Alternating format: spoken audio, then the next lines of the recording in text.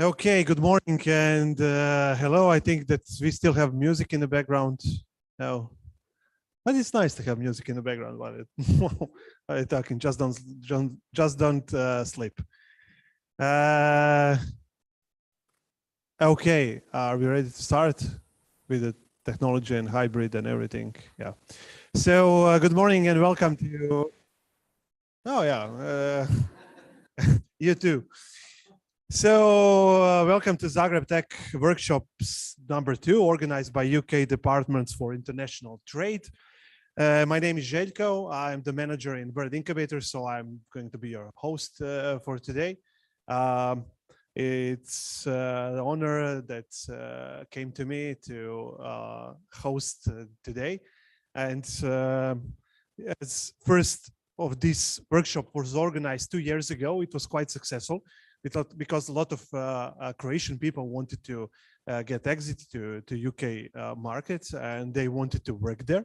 So there was a lot of question about how, what, when, and in the meantime, a lot of happened. There was a Brexit and everything, but UK is still here to do business. So there was a lot of interest, and that's the reason why we started this second. I'm using microphone not for you to hear me, but the people who are online, because we are living in a hybrid world today. So there are people connected on Zoom. Hello to them also.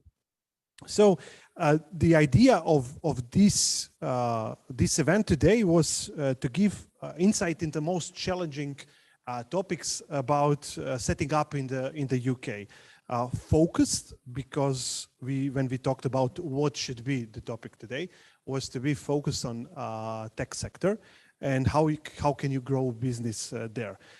We are very happy that we are the #1 hot place, the Bird Incubator in Croatia right now. So it makes sense to connect these two events and for Bird to be partner with the UK Trade Office for this event.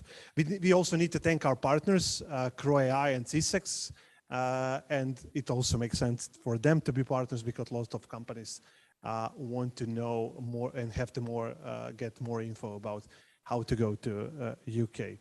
So I will not take any more of your precious time. As I said, we have guests and speakers online, so bear with us with any tech problems or situation if they come up. You can ask questions. So idea is, of course, after the event, there is going to be mingling there. You can ask the question, but also during the event, we have very insightful speakers here and online. So ask them a question, especially the one online, because they will not be mingling with us later. Maybe this is something that we can think about how to do that in the future. So first, I would like to welcome Ambassador, Her Majesty Ambassador Simon Thomas, and he will say a few words in the beginning. So please, a warm round of applause for Mr. Ambassador. Can you come here and say a few words?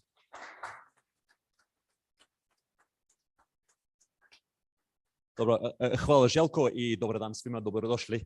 Ne želim vas previše mučiti svojim hrvatskim, ali dopustite mi da kažem barem srdečno dobrodošli i veliko mi je zadovoljstvo biti danas s vama ovdje. It's great to see you here, particularly as Željko, as you were saying, after so long when we've had only contact online. It is nice that at least some of you are here in the room and that we'll get an opportunity to chat a bit in between the sessions and over lunch later. I'm really pleased to be able to collaborate again with Bird Incubator, with CSEX, with CroAI to bring you the event today. And this is an area that's really close to my heart. One of the things I've really enjoyed over my first few months here in Croatia is getting to learn about and meet people from the vibrant tech sector here in Croatia. Whether that's here in Zagreb, whether it's out in Osijek at Software City, down in Split. I was in Rijeka a few weeks ago at the incubator there.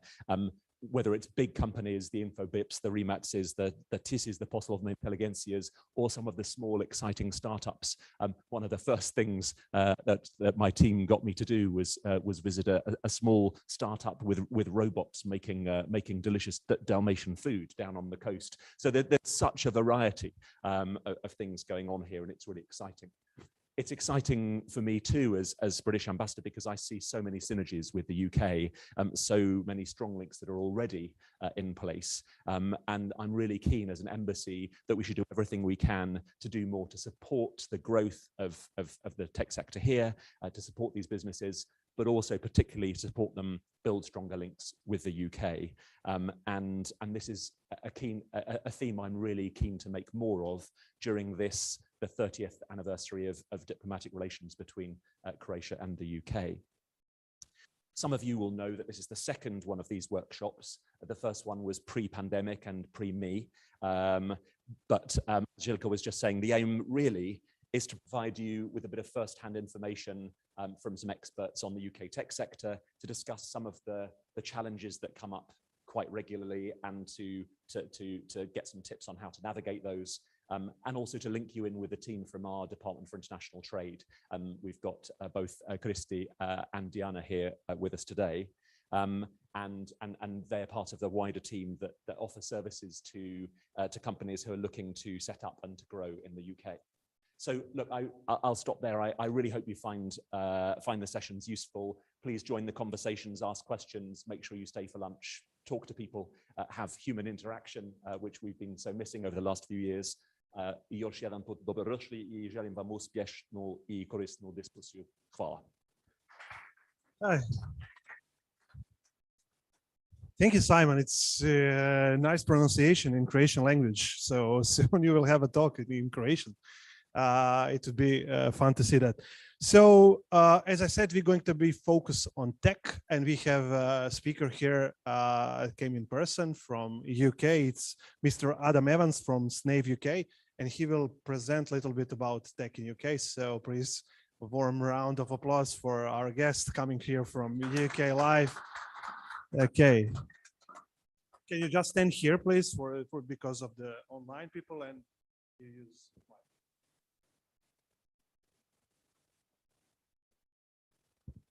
Hello, everybody.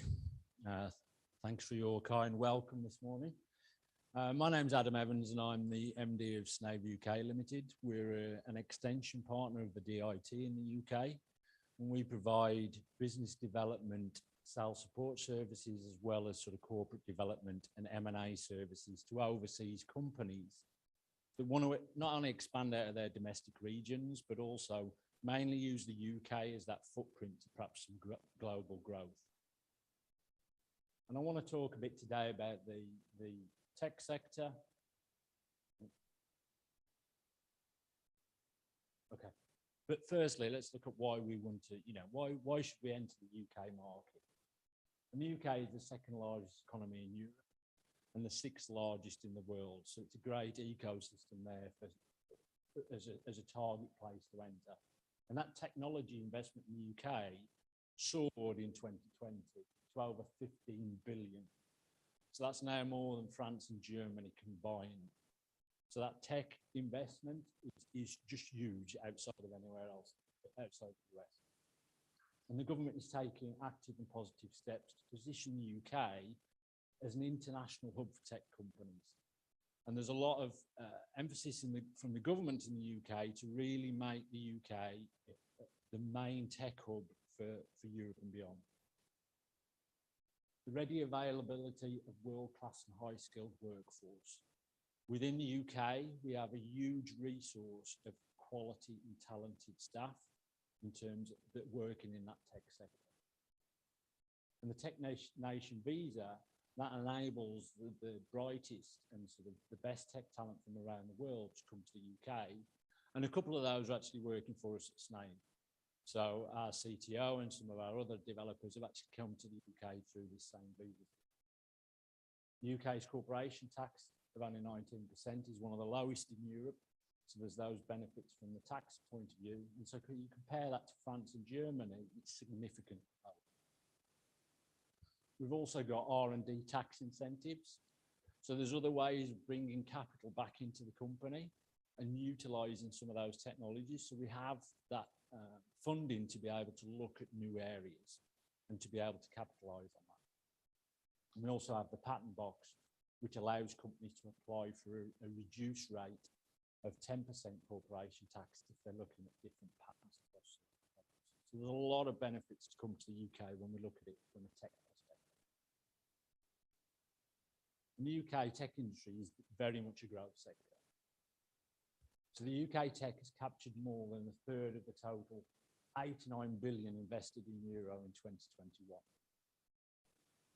Of this, 29 billion was raised by UK startups and scale-ups, so that early stage companies are maximising that. And of that, 9 billion of all the venture capital raised was actually raised outside of London and the southeast. And you will see as I sort of go into present this, I'm very much an advocate for the north, a little bit biased towards the north, but it's always good to know that there is scope outside of London. Everybody looks at London as the main area to be at, but there are other options that can be cost effective too. And the regions are home to 9 of the 29 unicorns that were actually formed last year. And the UK now boasts over 100 unicorns, which again, if you look at the sort of European market, there's nobody that's sort of anywhere close to that at the minute. And the combined value of the tech companies founded since 2000 is now 540 billion. So the market is huge. There's lots of expand. So where are the opportunities and highlights? Now there's a multitude of sectors in tech, but we're going to highlight just a few here. So artificial intelligence. The UK is a powerhouse of European AI, and it's home to a third of all Europe's AI startup companies. There are now more than 1,300 AI companies, a 600% increase in the number of firms over the last decade. The growth sector in AI in the UK is just growing and growing and growing exponentially. And the venture capital investment has rocketed from 88.4 million to about nearly £1.5 billion in that sector.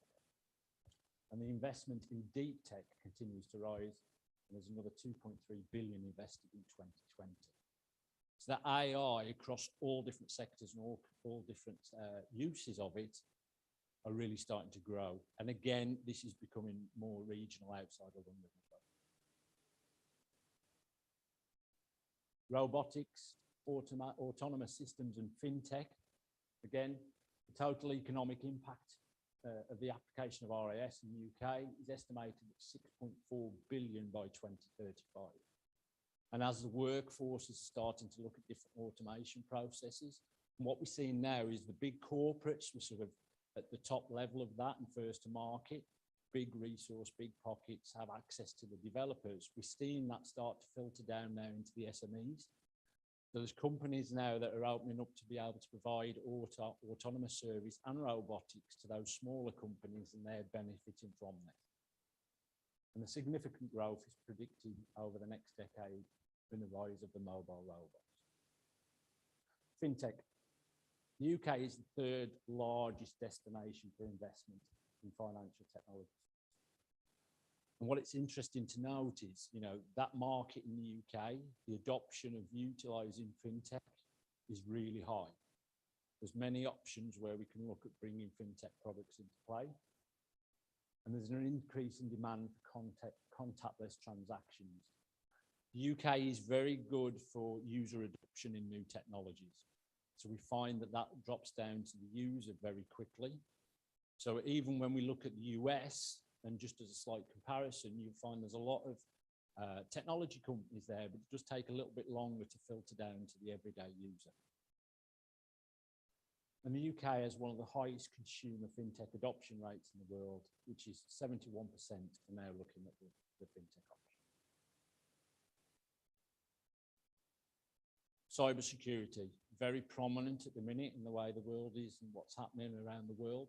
Cybersecurity has been for a while at the forefront of people's minds, but that's just going to sort of grow exponentially again due to things that are going on around the world. And we're a global leader in cybersecurity with the largest market in Europe. And the UK is recognised as a global leader in cybersecurity through innovation and commerce. And we provide significant opportunities for all businesses involved in this industry. So regardless of what scale you're at, could be, you know, if you're a startup or a scale up, Anyone who's looking at the cybersecurity market now is going to succeed within that. And there's also government support for growth of the early stage companies. And again, when we look at these R&D grants that are available, there's plenty of options to be able to take advantage of those. So when I go back to the regions, and again, okay, everybody knows to look at London. I know, you know, some people have already perhaps took that first leap into the London market. But we've got lots of other regions that are out there. We've got Scotland, you know, Wales, the Midlands, the north of England. I am very much an advocate for the north of England. That's where I'm based, and that's where we're going to sort of start to look as well. The UK is great across all tech sectors. And this is sort of information that's taken from the main Tech Nation report of 2021. There's 1,000+ workspaces for tech within the UK. So there's plenty of infrastructure available. And what the report has found is there's actually 30 individual digital clusters that are around the UK. Not all are centred in that southeast, as you can see on the map. And in fact, when we look at the northern region, which sort of encompasses what we call the Northern Powerhouse, which is access to funding, there's different pockets of investment that can be accessed through these different channels. Manchester, if we break those regions down even further, we're just giving a snapshot of the technology that seems to be quite prevalent in those areas. But it doesn't matter which area we're in and which part of the tech scene we're working with, we can work within all of these. So Manchester is very strong at the minute with the new media centre, media city that's been highly invested in. E-commerce, cyber and media is sort of at the forefront of their technology. Then we go to Leeds, which is more around data analytics. And we look at the fintech and the health tech sector. You know, the NHS's digital department is actually based in Leeds. So there's easy access into those departments for different healthcare topics. Newcastle is more around the AR, VR and the immersive tech sector. And again, that's sort of growing very fast at the minute. Sheffield, EdTech and Mobility Tech. Liverpool is more of a deep tech and sort of games esports focus. And what we're seeing there as well is the games and esports market starting to rocket as well. So we're seeing little pockets around the UK that's starting to come up. Believe it or not, Leamington Spa and Coventry, which is sort of around the Midlands, is more like the Hollywood of game studios now in terms of the amount of producers that are working in that region, and they're getting a worldwide recognition for doing that. And we're also seeing a lot of different platforms, user-generated content platforms within the esports market, cryptocurrencies, the NFTs that are starting to build out of that are creating more and more. Hull, we're looking at the smart cities, and again, that seems to be sort of growing out from that area. Smart cities are becoming very much focused, and we work with a lot of the different councils and local authorities around, and it's on pretty much all their agendas to look at smart city applications. Middlesbrough is more about the sort of animation, special effects market. So as you can see, within just one region of the UK, we've got a lot of clusters covering a multitude of different technologies. So when we look at the areas, it's good to be quite selective about where we potentially have our landing point within the UK. And across the UK, there's over 150 incubators and 180 accelerator programs. So there's lots of scope to go. Looking at the Northern Powerhouse again, and like I said, there's just in that region, there's 15 million people and over 1 million businesses, which gives lots of market opportunities. And when we look at certain sectors that are prevalent there, so we've got advanced manufacturing, energy, health, and the financial services. Those industries in themselves, we're seeing there's a cross-pollination across those. And the reason we're getting this cross-pollination is due to the tech that's being deployed within them. So we see these tech companies can actually have access to different markets. You may be a health tech company looking at one specific area, but some technologies will then have a natural crossover into different sectors where you can actually maximize your potential. And how do we sort of look at that? So if we're looking in different enabling technologies, and across there, we've got a variety of things from Internet of Things, smart cities and centres, to AI, data management, cyber security. We can see that the commercial market applications across the 4 main regions that we were speaking about, this just highlights that crossover. So there's plenty of opportunity to bring different technologies together. And what we can do from that is learn from each other as well. There'll be different tech processes and coding that we can cross-pollinate across different areas and start to bring partnerships together, which in themselves we can see end up becoming more of a bigger company in their own right, and we can accelerate some of the growth through that.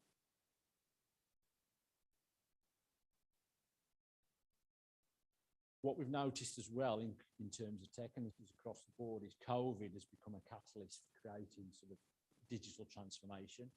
And this is where it seems to be filtering down into the SMEs, as I mentioned before. The corporates and the big companies seem to be sort of ahead of the game previous to COVID. But what it's done is highlighted the need for digital transformation. And even when we look at some of the products that we sell for Hungarian companies and Turkish companies, prior to the pandemic, we saw there was an acceptance and an appreciation of the technology, but a bit of a sort of, okay, I don't need it yet type attitude. Now that whole attitude has changed. So when we speak to people, they're happy to talk and discuss. They're more open with access to their developers so you can understand systems and integrations.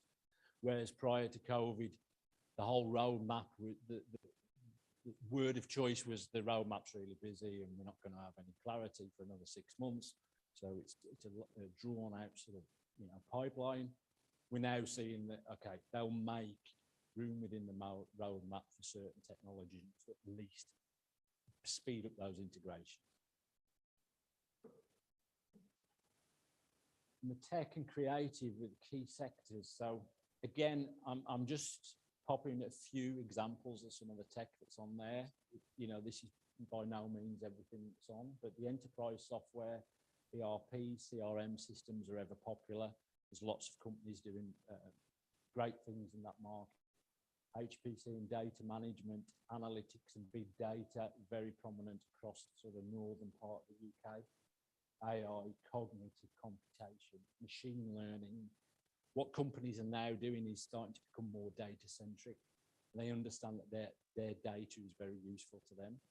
So what they will do is, okay, they're using the HubSpots and they're using standardized CRM systems, but realizing it's those guys that are providing them are actually capitalizing on the data that's being provided. So they're now starting to look at, okay, how can we use that data ourselves, regardless of how small that is?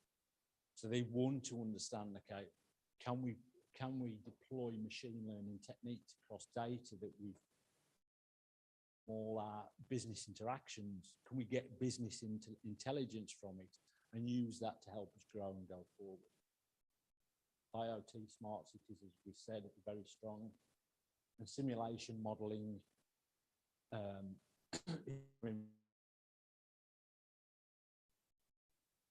But there are opportunities where now more than ever is the time to sort of get in.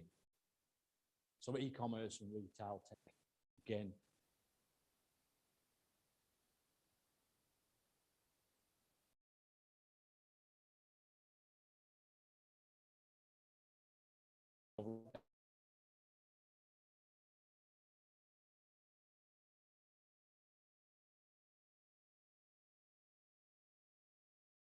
universities that didn't have a robust system to be able to deploy quickly.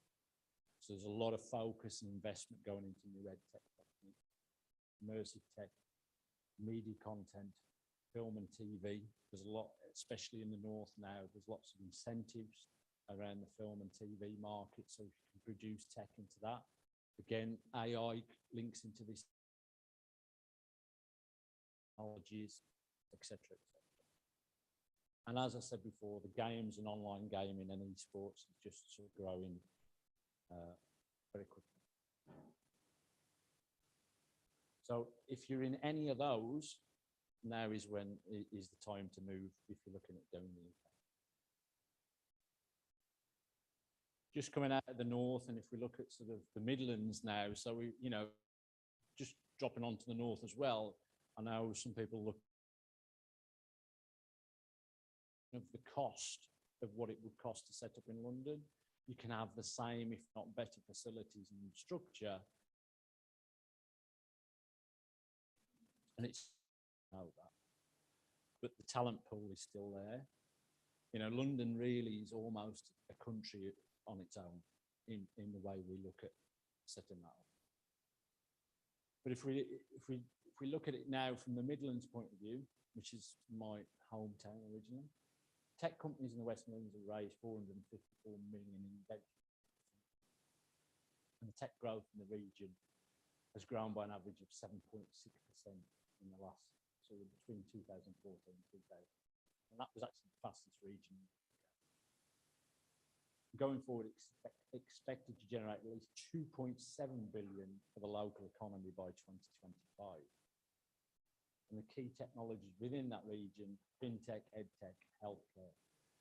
And the reason I'm sort of bringing different technologies into different regions is it's so important to understand where you land. Yeah, so again, let's look outside of London, but also really do your homework on what regions you need to go to.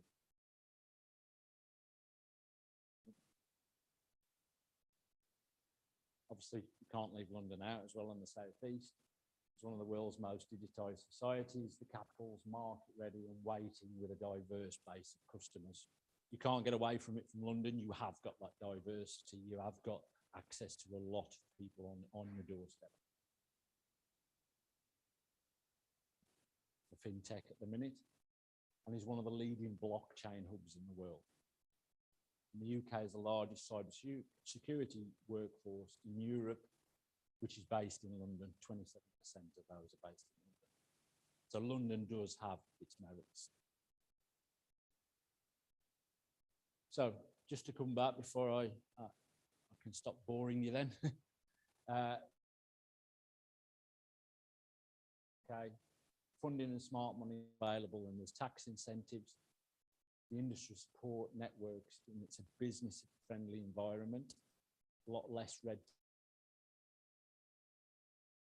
unicorns, track record at over 100 unicorns at the minute. The good thing about that is you've got trust and credibility. When we're talking within clients, if we're looking at the US, if we're looking at different markets, they do trust UK companies. It does give a bit of credibility to what we're trying to say. Customer support and relationships, you do need boots on the ground. If you're dealing in the UK, you need people to support and build, bringing new skills and talent into the company. So as you open up in the UK, if you bring people, you're going to employ people from that talent pool, and they're just going to bring added benefits to your company. That's me, thank you. Any questions, anyone? I'm happy to answer.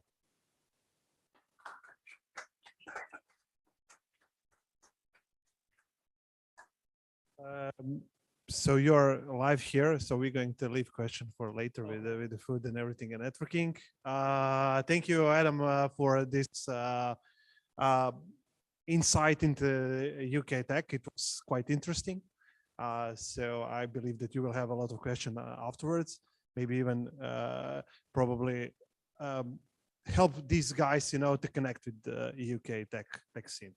Let's go further. There is two major issues always popping up. It's banking in UK and it's a visa in UK.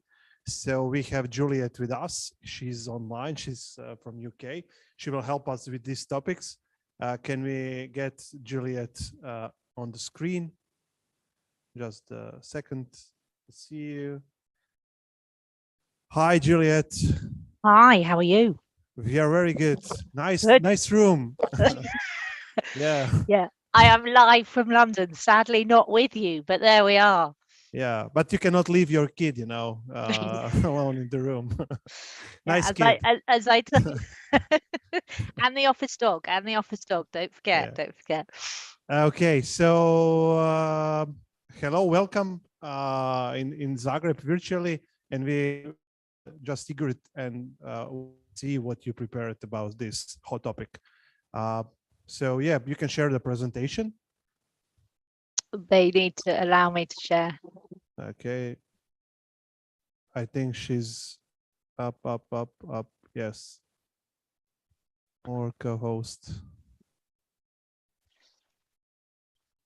Yeah. I'm delighted the bill you've given me. These two dangerous topics, but hopefully Yeah, at least you're not here.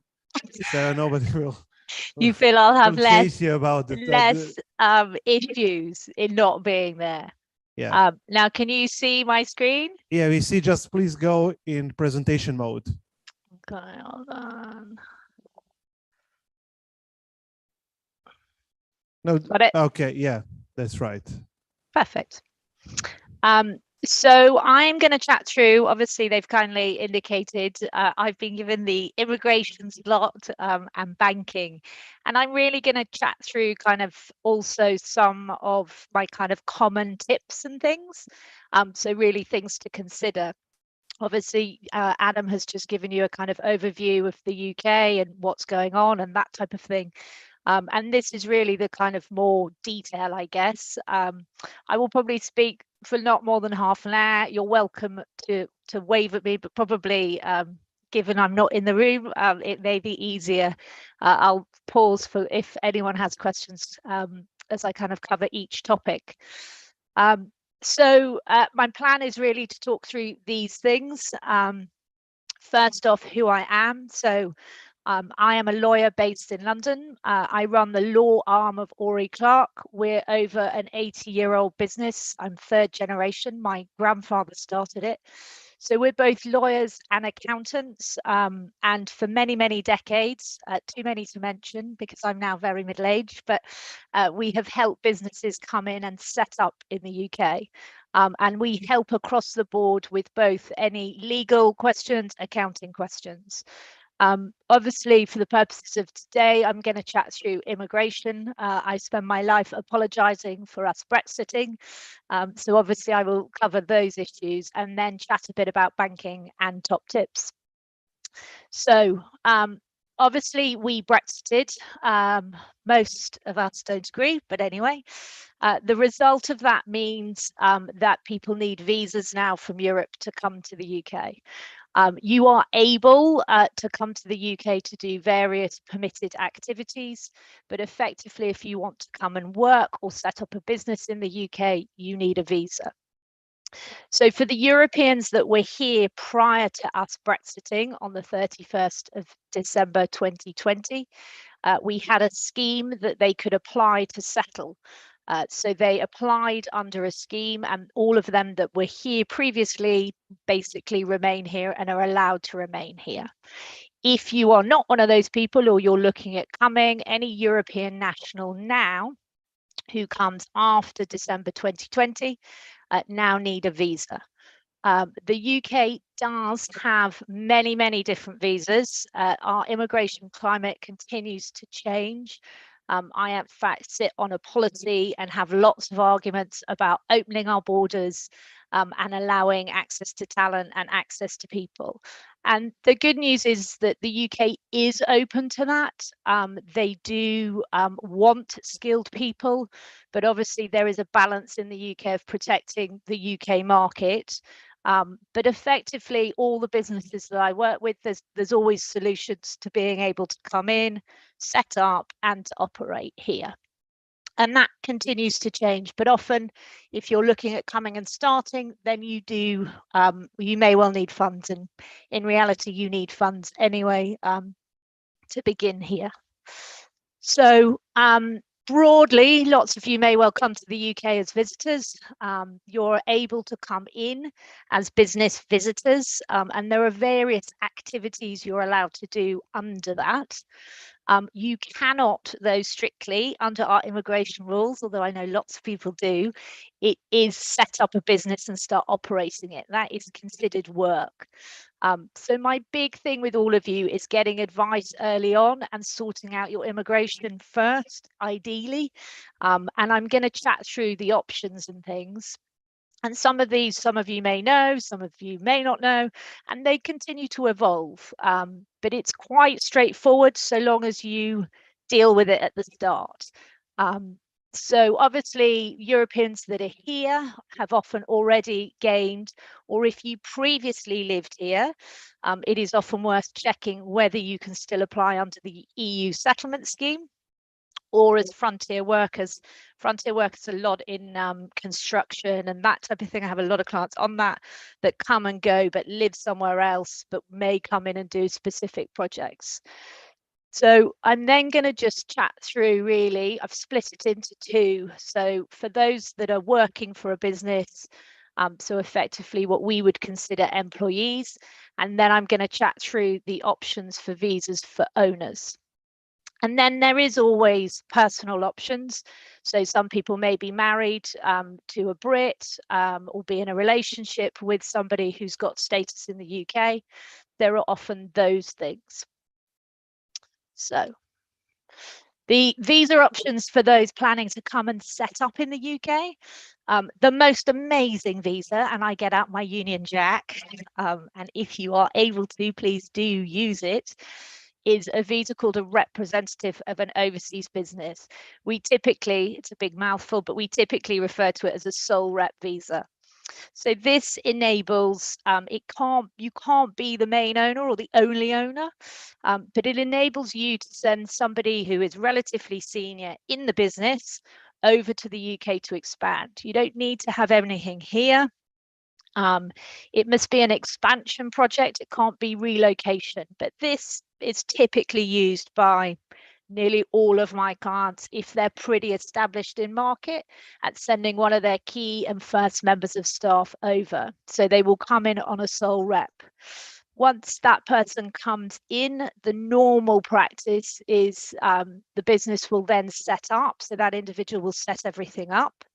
And then they will apply for what we call a sponsor license.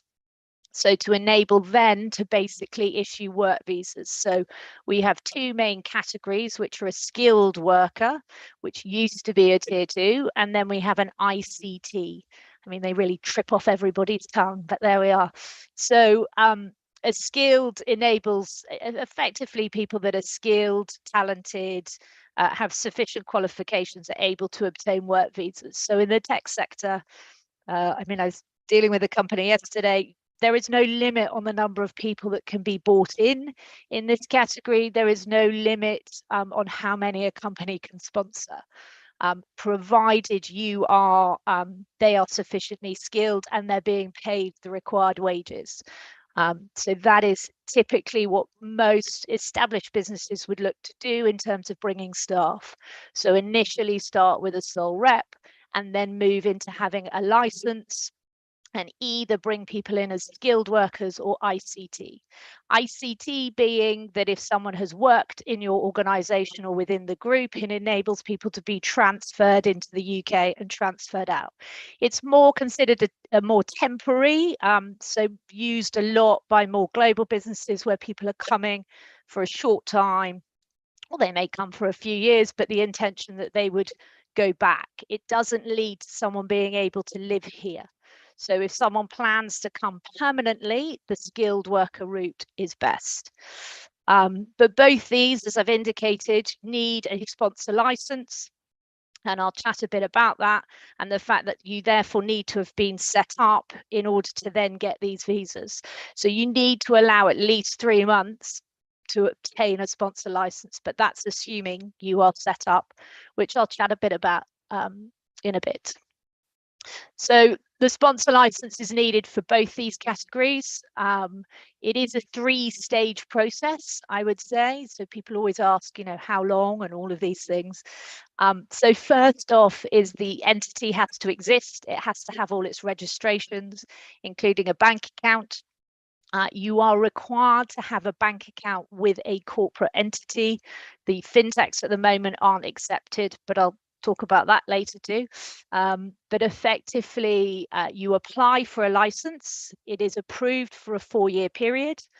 You then you're put onto a platform, which is a sponsor management system. Every client of mine hates that system, including us. It's a very old system developed years ago. So for tech businesses, it's horrid, but it is a platform. that needs updating. And effectively you then issue, so the company says we wish to sponsor this person, and then the individual itself, which is the third stage, applies for their actual visa. And for you guys that would be in Croatia, or wherever that person lawfully lives or resides. So those are the three broad steps in terms of getting a work visa. I would allow 3 to 6 months if you haven't got a license. Once you've got a license, it's a much quicker process because you're only having to do step 2 and 3. And often you will have certificates sitting on your system. So it is purely the entry clearance, so the actual visa itself. So it gets quicker over time, basically.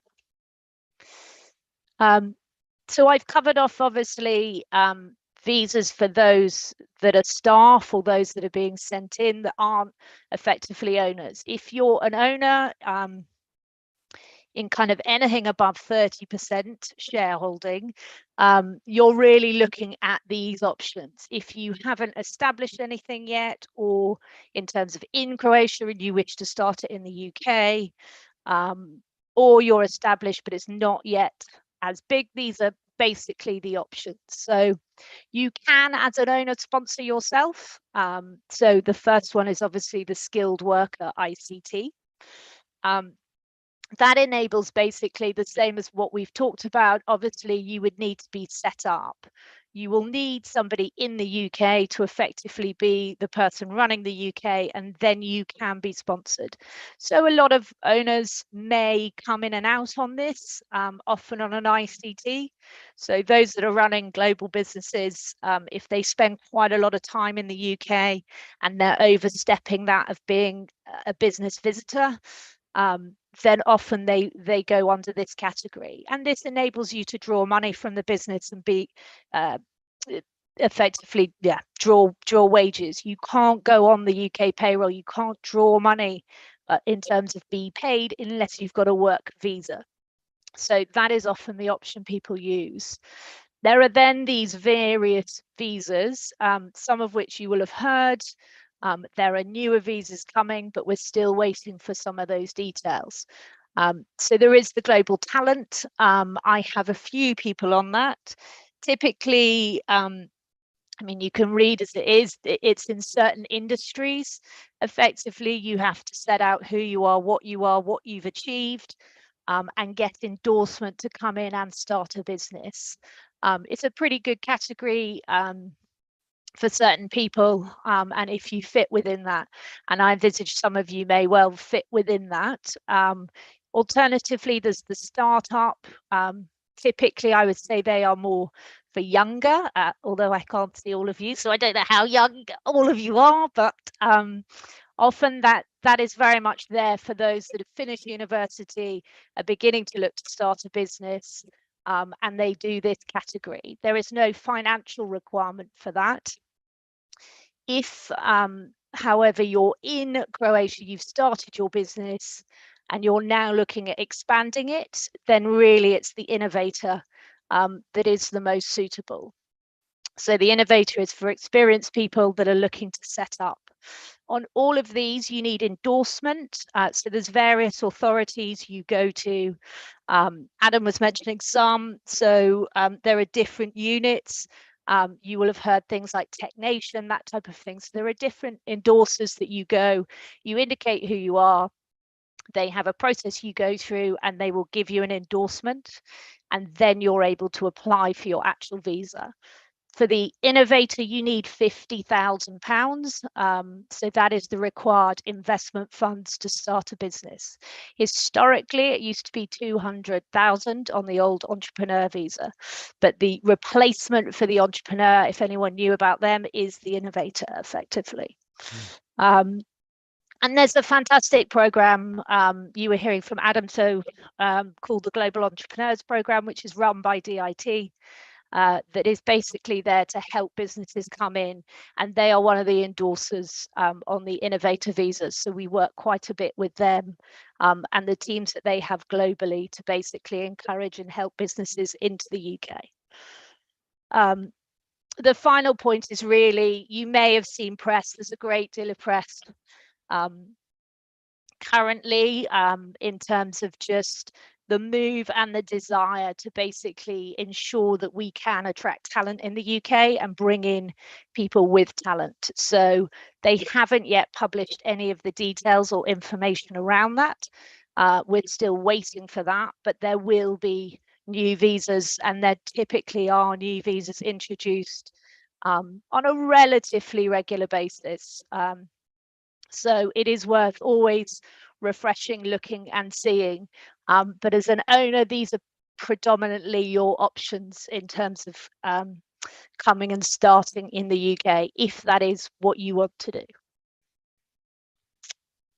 So I think it's always important to talk about the business visitor visa. This is typically what people come in and out of. And everybody's always got a friend that comes all the time on this. Over the years, it does get pretty much abused. Obviously, I am here as a lawyer and to set out what is and isn't allowed. So this is effectively what is and isn't allowed. And what is going on with it. But obviously other people might flout some of these rules. But effectively as a visitor, so lots of you may well, if you've come to the UK, often it will be in this. So there is a category which is a visitor visa. It covers tourists, it covers business, it covers all of these things. And this is a category of the business visitor. So you're only really allowed to come as a visitor. You are allowed to have meetings. There's quite a lot of detail in the rules about what is permitted. It is a relatively grey area, mainly because it needs to be fluid to some extent. So people need to be able to come, explore the market, see what's going on, but strictly you shouldn't start a business. So you need to show that you plan to leave at the end of your visit, that you have sufficient funds, and if you're working in creation of business, indicate what that is and that type of thing to demonstrate you're not relocating. Obviously, for most of you, you'll have to apply in advance anyway to gain entry, but for some they don't need to. So most EU nationals don't need to apply. And you effectively are given this at border. But for some countries and some nationalities, which is you need to apply in advance to come. You can stay for up to 6 months. There is no wording in terms of, everybody always asks me, the thing that you all need to bear in mind is immigration and tax go hand in hand in the UK. Our immigration and our tax authorities share data. Our tax authorities are called HMRC, so Her Majesty's Customs. Effectively, you in coming to the UK, you can begin to become tax resident. So you want to be mindful of the periods that you spend and what your activities are. So it's always worth making sure the advice you get is married up, tax and immigration. So just be conscious of the time periods you spend. That can begin to count towards your tax residence in the UK. So effectively, most people get business visitors. We allow a lot. There's no issue with it. You can come and explore the market. You can have business meetings. You can collect data for projects. You can do quite a lot under this visa. What you've got to be careful of is constantly coming back and forward. So it's not to be used as for frequent or successive visits. So effectively have your home here and keep going in and out. But if you're living overseas and you're purely coming in to visit, then that is acceptable. And you can apply for any periods of time. So people might apply in advance for a visa for a duration in terms of for 2 years, 5 years. It's very common for Indian nationals. They can't get visas at border, so they have to apply in advance. And certain what are considered high-risk countries are also in this category that they apply in advance. And some people choose to do this anyway. If anyone has convictions or an immigration path, then it's always worth doing that. And if you apply for this visa in advance, it's £95. Obviously, it's free if you arrive at border, and gain it at border, you don't need to pay. So the other thing that's relatively important to some people or worth considering from an immigration point of view, although everyone tells me I'm not worried to begin with, and then they do, is certain of our visas lead to settlement and ultimately a British passport, and certain visas don't. So on the left-hand side, you have the visas that lead to ultimately an ability to get a British passport, and on the right-hand side are those that don't. So you can come to the UK under any of these visas, so all that are on the screen, provided you're from certain countries. Effectively, you can be here on these visas. Once you typically do 5 years, sometimes it's less on some of them, but once you do 5 years in the UK, you can apply for what's called indefinite leave to remain. So to live in the UK visa free. Once you've done about a year of that, you can apply to naturalise, so obtain a British passport. So just be mindful, the thing that people get unstuck on is if they're doing the ICT. The ICT doesn't lead you to get any recognition or any ability to ultimately live in the UK. But you can continually have multiple visas.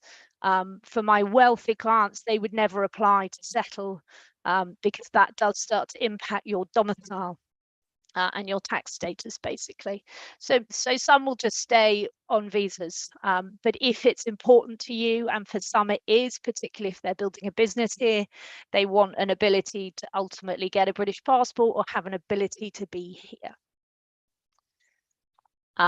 There are, and I briefly mentioned, special rules for some countries. So if you have friends or colleagues who are from certain countries and you think, how have they got there and we haven't, these are specific. So obviously, as I mentioned, for European countries, there is a settlement scheme. It is not technically still open, but you can still apply if you have lived here previously, so worth considering. And then there are various countries, predominantly due to the Commonwealth and the connections that we had. So there is a youth mobility, which enables people to come for up to 2 years and live. That's for people that are 18 to 30. So it used to be the working holiday visa and things, which is why we have a lot of Australian and New Zealand nationalities in the UK. There is then an ability for some of the Commonwealth countries too to obtain an ancestry, which is if your grandparent was born. In the UK, you can come in under an ancestry visa. And then there are various what are called Tier 5, which are temporary work, government exchange programs, so internships, which we have a few people coming in and out of. It is unlikely for most of you that many of this would ever be relevant, except if you're building a business and you recruit talent from global, like a lot of people are finding people in other parts of the world and then bringing them in. And sometimes these visas are pretty appropriate for them. So I'm always asked about fees. So on the screen now are basically all the government current fees for each of the main visas that I've mentioned. Obviously, the most expensive is the sponsor license. That includes the first worker. So you pay a fee to obtain a license, and then fees for the work visas itself and the entry clearance. So our work visas or ability range anything from the just over £4,000 at the top. So these are all in pounds. I should have done euro exchanges for you all, but the rate seems to alter all the way down to if you came in. So the bottom one, an appendix FM, that is purely a spousal visa or partner visa. So that is 1,500. And these fees are typically for the first 3 years. And then you can see if you decide to stay beyond that, you would be then applying for extensions. And those are a typical indication of the current fees at the moment. So my last chat on immigration before we move hopefully slightly more exciting things, is processing. So please allow time for work visa processing. I have to be honest, it's particularly acute if you're coming from Croatia at the moment. So you typically apply from your home country or where you lawfully live. For a work visa, you have to surrender your passport during the processing. There is only one centre in Croatia, so in your capital where you all are. It's open basically only 1 day a month at the moment. Now, I'm hoping that this has to change. I think it's just for historic reasons. It's only on a monthly basis. So hopefully they will begin, as demand increases, it will improve in terms of the facilities and being able to process. And at the moment, the turnaround time there is 3 to 6 weeks from once you've got an appointment. And there is an ability to do priority, but they seem slightly hit and miss, to be honest, but I'm working on it. So hopefully things will improve, but just be mindful. You should, if you know you're going to come and start, is the sooner you do it, the better. You can't come to the UK and then apply for a work visa. You have to apply in advance. So even if you're here and you've built a business and you then tell me you want it, you've got to go back and go through this. So normally you're better to do this at the start. And be organized and then come in and be free to do as you please, rather than wait, is generally my experience. So that is all I had to say on immigration. I don't know whether anyone's got any questions before I move on to my brief chat on banking and kind of top tips. Thank you, Julie. Any question about visa? Short question. No question. You were quite detailed, so probably they understand everything or not. Don't worry. Yeah, okay. Then if there is no question, but they can have your contact. Yeah. So all my contact details are at the end of this. I'm happy to share all the slides. People can message me. I'm always happy to talk to people. Okay. Thank you. Yeah, let's go to banking, and then we will have a short coffee break before we finish the things up. Okay. So opening a UK bank account can be really tricky. It is one of the complaints. So the two things that take the time is opening a bank account and getting a visa, which is why I said I've really been given the hard talk. We have spent a lot of time. I talk to lots of the banks all the time to work through solutions. So broadly, you have to have set up in the UK, so have a UK company. The banks, not our law, but the UK banks are typically asking for local directors to open a bank account, and they want substantial minimum turnover. So for you to get in your head, the banks don't earn money from opening bank accounts in the UK. Because the UK and particularly London is considered one of the financial hubs. They are really strict in terms of anti-money laundering, knowing their client. It is a highly regulated. Effectively, I used to practice crime, so I know quite a lot about it. But if you get your money into London or UK banks, it's considered clean anywhere in the world. So they've put pretty high thresholds on opening accounts and getting funds in. That is really what that's about. So they will do full what we call KYC, know your client. So if you are coming to the UK, setting up, please bring everything about you. Effectively, they will want full passport details, address, residential address, and will want to know and need to know the source of funds. So you just need to be open about that and set all of that out. The rules and the policies of the banks change a lot. They won't bank certain sectors. I've had various companies from various sectors they won't bank. They won't obviously fintech struggle, so anything in crypto struggle to get a mainstream bank account should they need one. Obviously, certain like euthanasia, where it's not believed, it's not lawful in the UK, you can't get a UK bank account here. So there's various sectors they run from, and you will have seen in terms of there's been a lot of fines and that type of thing in certain of the banks. So they're very mindful about what they associate with. You need, however, if you set up in the UK and you hire people, you're required to have a pension scheme, and that needs a direct debit. And also, as I've mentioned, to have a sponsor license to get work visas, you also need an account with a mainstream bank. What we've typically been doing for many years now, really. So thankfully, the fintech revolution has occurred in the UK and is very advanced in the UK. And the fintechs are actually probably safer from a regulatory point of view than some of our mainstream banks, to be honest.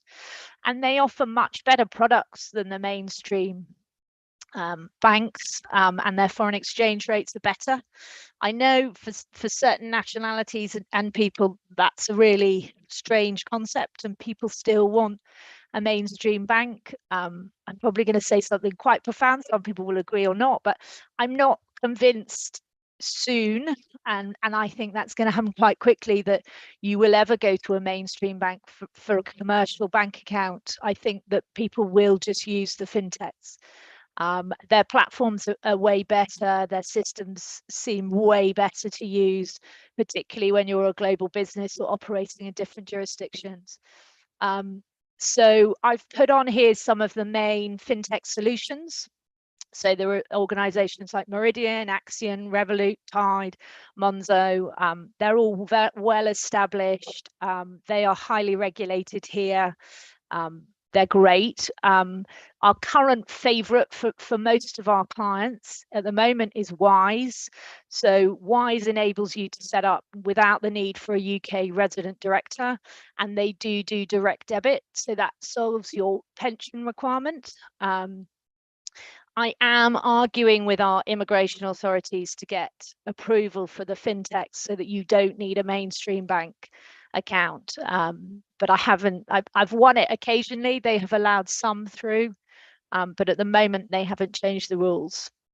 So my general tip is open an account with a fintech. Get a trading history here, file your accounts here, get some revenues, and then look to go to the mainstream banks to open an account if that's what you need and want to do. Cash Plus is a pretty good solution. So they were a fintech and they got a banking license last year. And they are typically opening accounts for overseas businesses. They do have limits on their transfers, but it is a possible solution, at least if you're needing a sponsor license and similar. But it can take 6 months to open an account with our mainstream banks. There is a lot of form filling, a lot of, they want to meet you in person, you fill out forms, you wait, they then ask for more information, and you can go through that process and still ultimately not get an account. So I would definitely start with the fintechs, and then look to the mainstream banks if that's what you want to do. So that's typically the commercial solution that we suggest, and most of our clients are utilizing and find that very beneficial. So that's typically the route we're going.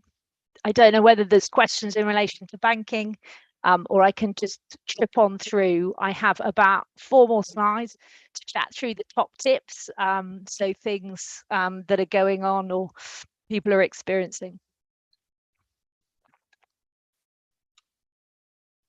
So I will carry on. This is really my tips and insights. So we've been doing this, at least 3 decades, 4 decades. Effectively, the UK has an incredibly competitive tax system. So our overall corporate tax rate's 19%. That's on profit, so 19. We have fantastic R&D tax credits, which are definitely worth utilising and using. There are then other reliefs, so creative industry reliefs, stuff to do with video games. A lot of companies I was listening to Adam's chat, who he's obviously from the north. Well done, Adam. I am from the south, and based in London. So to me, I mean, London is the most amazing city, but the UK is great, and there are different places, as he's indicated, in terms of where you look at. But overall, the UK is considered phenomenal for holding companies. We spend a lot of time advising. Obviously people used to look at various places, but really in terms of where you base your holding company, the UK is pretty much in the top 3 of where to place them, and has a very favorable environment. We are pretty stable. We are stable, no matter what people feel about some of our politicians. But you know, we have a system. We are based on common law. Everybody kind of respects the safety and security of the UK, and people typically have their contracts based on UK law and litigate here. So that says a lot. And I think overall, if I look at all the world, you know, our rates stay the same, and we typically don't have currency issues and similar. So hence, people find basing themselves and having a holding company here very favourable. If you're looking at setting up in the UK, or you want to raise money here, then you will hear a lot about EIS and SEIS. That effectively is the tax reliefs that are available in the UK for individuals wanting to invest. So in putting money into your business in the UK, effectively you're able to get money back. I'm going to pause.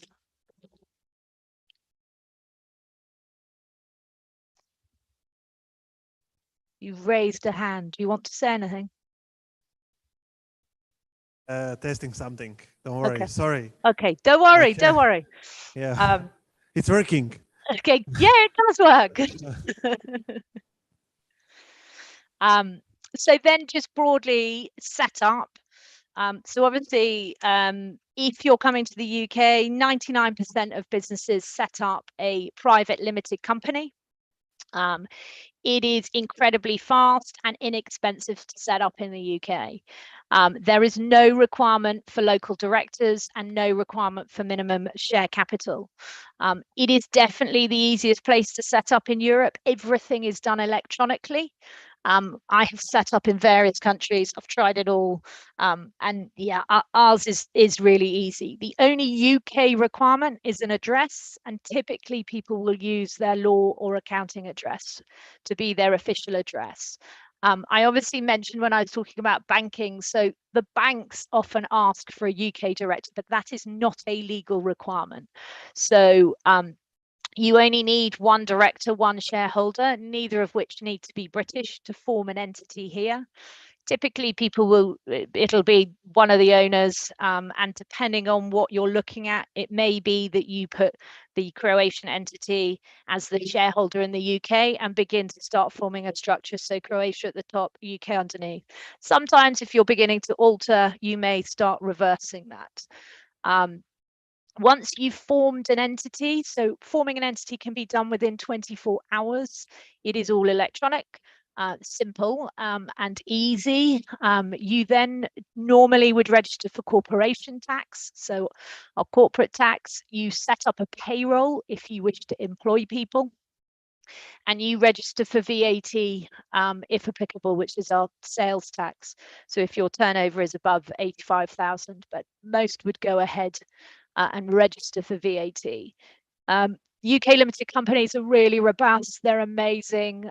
They really protect the shareholders and directors. So is generally the route that everybody goes down. I've put here shop window because lots of clients we have will purely form an entity. You know, gone are the years where people would take whole office spaces and relocate everybody. On the whole, people will have one or two salespeople. They may not rent a place. Those people might be working from home. and effectively have more of a kind of shop window.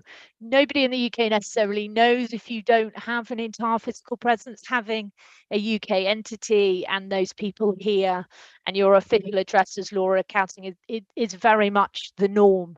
And you don't need a lot of money to begin that process and to be here effectively. I've put up, because this is really important, particularly if you're in tech, is knowing the incentives that are here. So we have incredible R&D tax incentives that are generous and really easy to access. You can currently conduct your R&D anywhere in the world. This is up until next April. And effectively, you can claim cash back of 33%. It is massive for most of our clients. I think I could probably count on one hand the tech companies that don't utilize this. It's what everybody does, so it's incredible what is provided by UK government on this.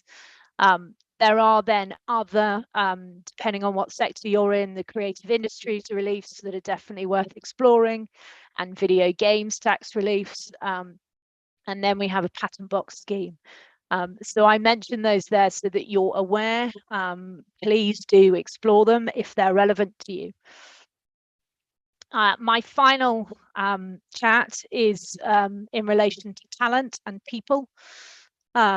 So you guys have a decision to make if you're looking at the UK, is really whether you send people from your home country, say from Croatia, or you hire locally, or you do a bit of both. More and more now, particularly since COVID, you know, people are working all around the world. So you either send in or you hire locally. I obviously chatted earlier in terms of the visas and options for that.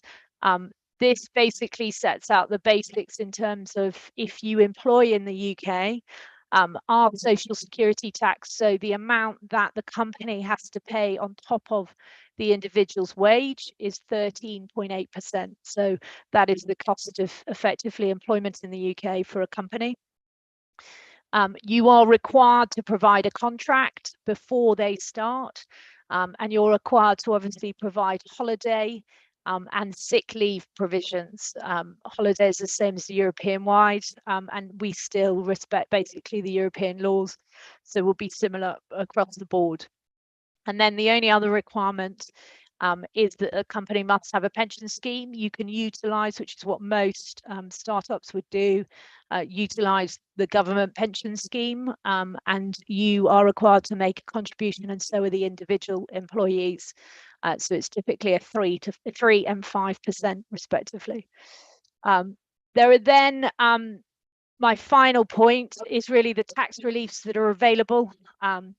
So if you as an owner or you send any staff or anything like that to the UK, please be aware the UK has the biggest tax treaty network anywhere in the world. We effectively allow people to be sent in, and if it is for less than 2 years, so 24 months, your accommodation can be paid, your relocation can be paid, various bills can be paid.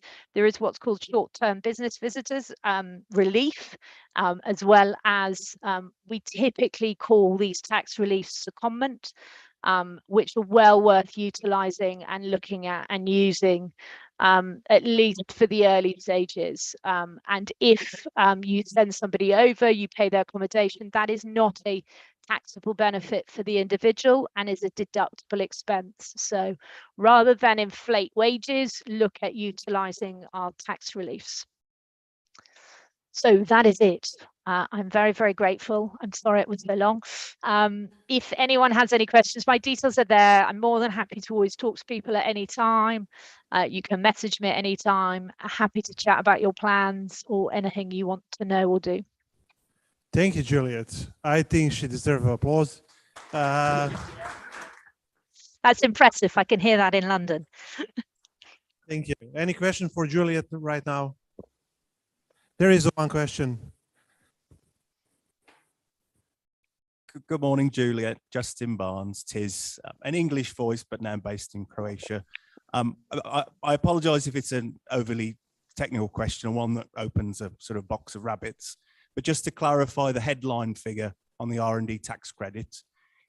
If a subsidiary outside of the UK conducted the R&D, what would the percentage be? Would it be the 33%? Still, yeah, it's still the same at the moment, but the rules are changing. But it's still the same. It's anywhere in the world. Okay, thank you very much. No We'll look at that in detail. Yeah, okay. So 33%. Thank you.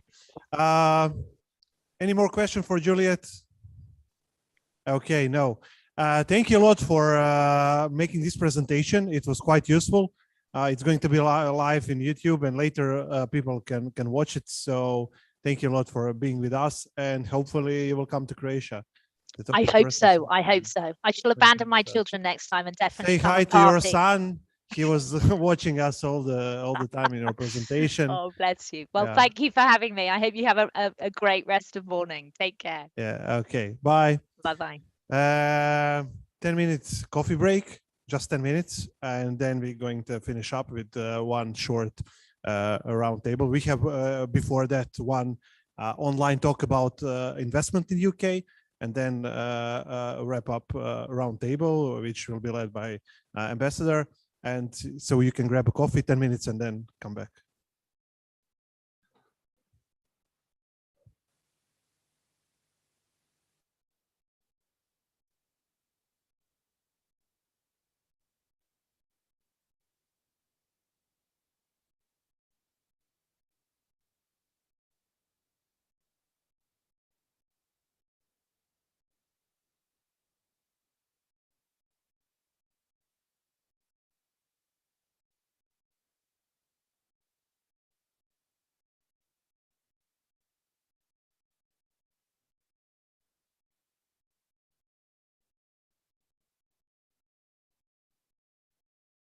Yes. Da, znači ti možeš, kad hoćeš nju prekinuti, odeš na stop share. Tu sam je htio, da, nisam. Ja sam mislio da će ona prekinuti. Ne, ovo nije pisalo, jer je ona šerala. A ne, onda odeš gore, ne, možeš ti ko host, možeš otići, onda si treba otići gore na njezinu i stop share. Ali dobro, ok, pisalo je questions i vidjela se ona. Ona odgovarala da je to, ali se ti priča, da.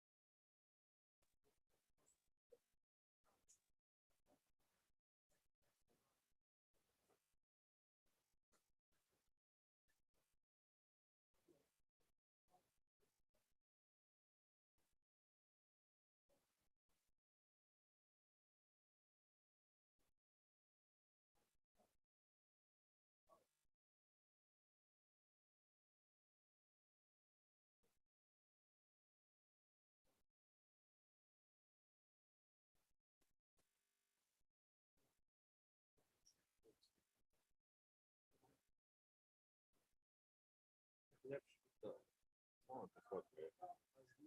Šta? Ma ne, to sam htio skinuti, uopće ne.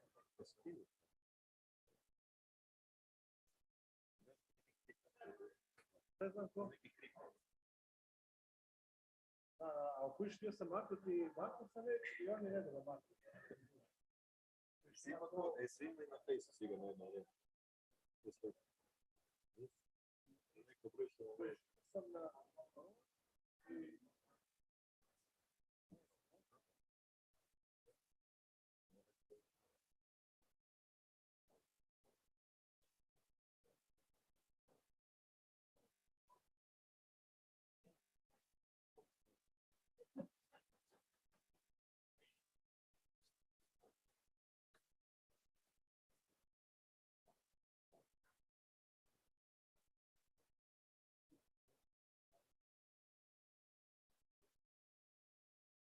Jesam.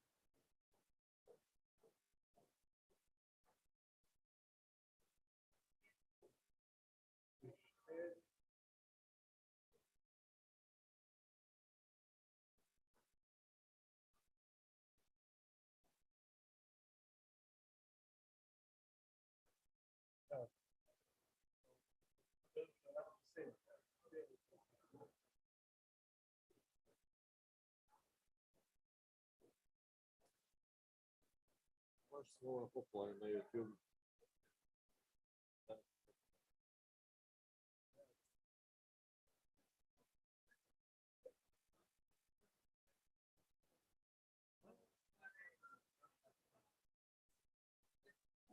Ajde, da te dao, da nisi dao. Super mi je ovo, dobro mi je došlo, bilo će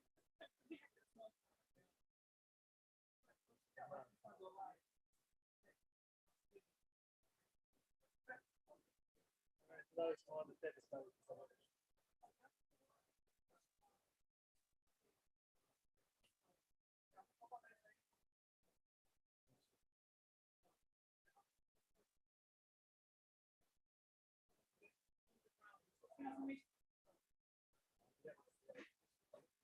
Da bude kao pola.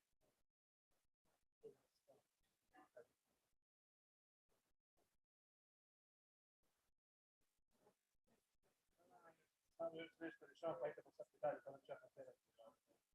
Ne budemo poslije rješavati.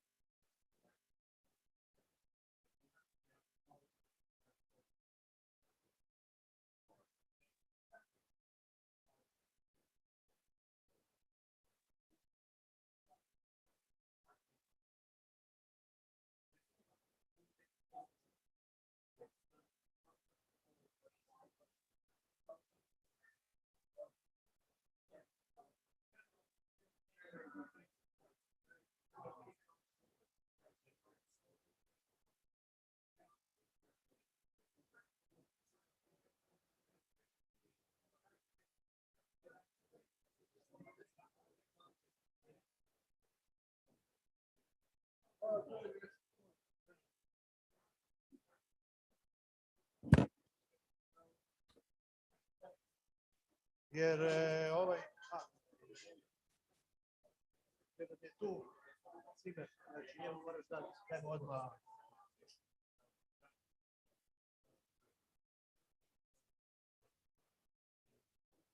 You're screen sharing? Šta ćeš kada? Screenam ovaj tu. Aha. Sad kada imamo. Onda bi trebao tu. Da, možeš tu, onda se privuči. Tam ti je. Tamo ti je. To je Damir. To je da.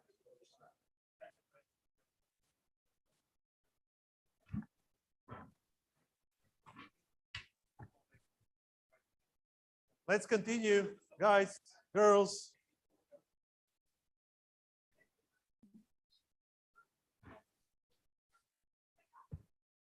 Ajmo!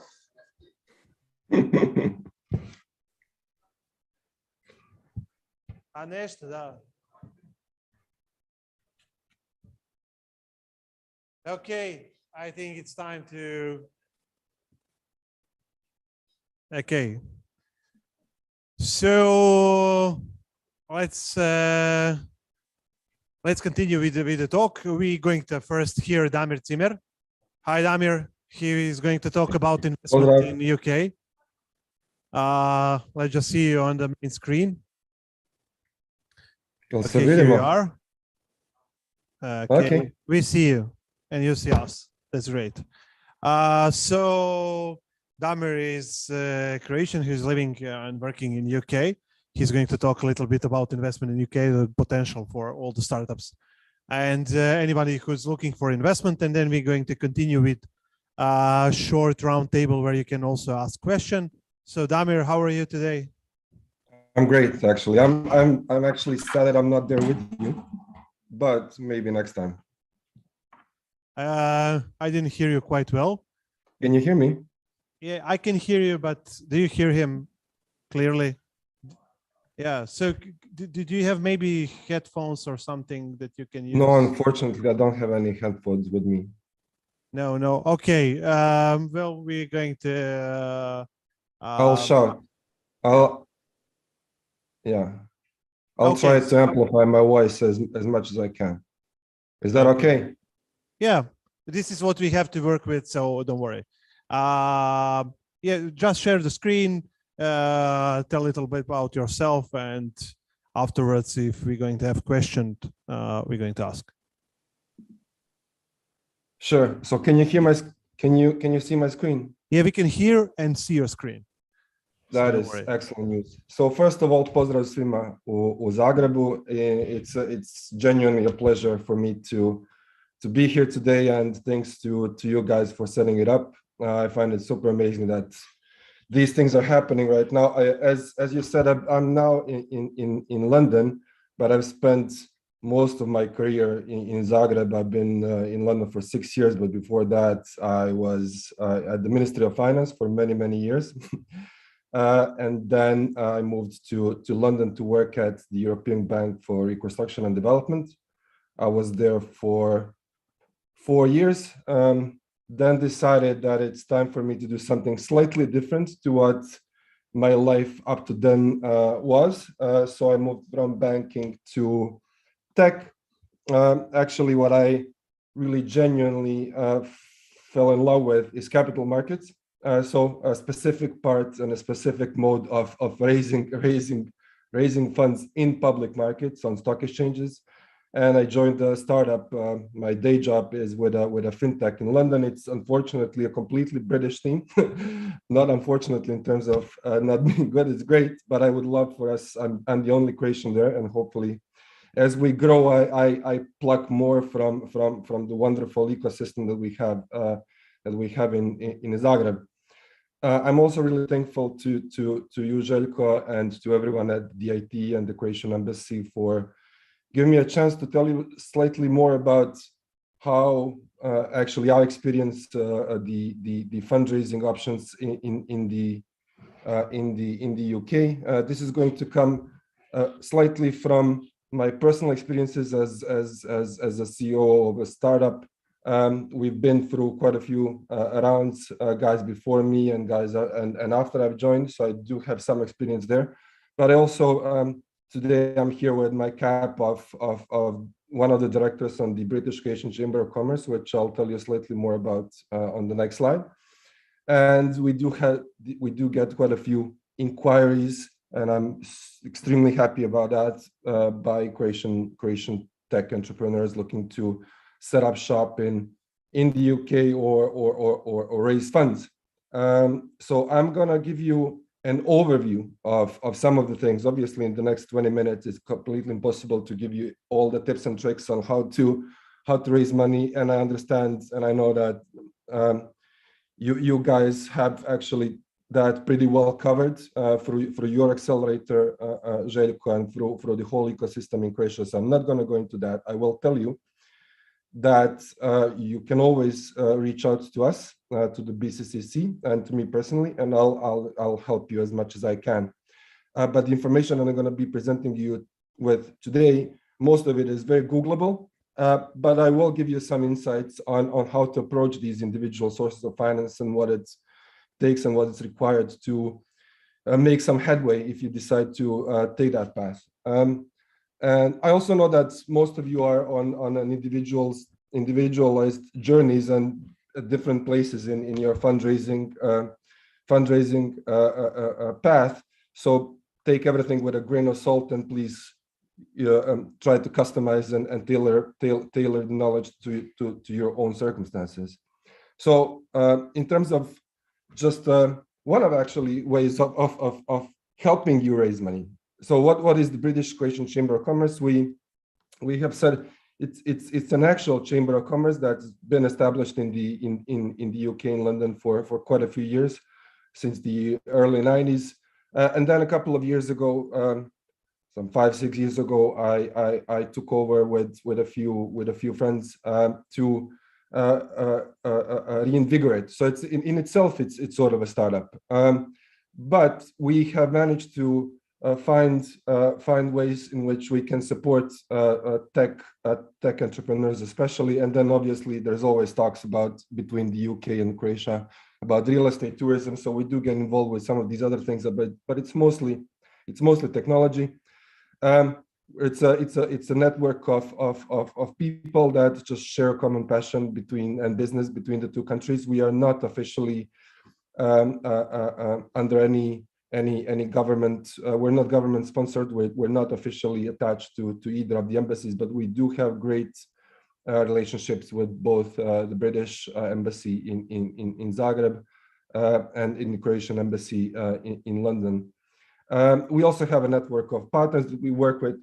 As time goes by, you get a lot of questions. Where can we find solicitors? Where can we find lawyers? Where can we find investors? And so we have built a network that can help you with that. We have also co-founded something we call Global Tech Connect. We basically joined forces with. It was my startup approach, how to maximize the effect with the minimum investment, and we've put together an idea to join forces with other peer organizations from other countries that do the same thing in Croatia as we do, and you see the list of those countries here. So if you ever decide to also need contact with someone or decide to work with a business with background from Finland, from France, from Greece, Hungary, Switzerland, Turkey, and others in the UK, please do let me know. Also, if if you guys decide to do any sort of market outreach or anything like that, this is the emailing list of all these organizations are very accessible. In terms of raising funds, one of the options is we run boot camps. Next one is going to be on cybersecurity. 26th of April, we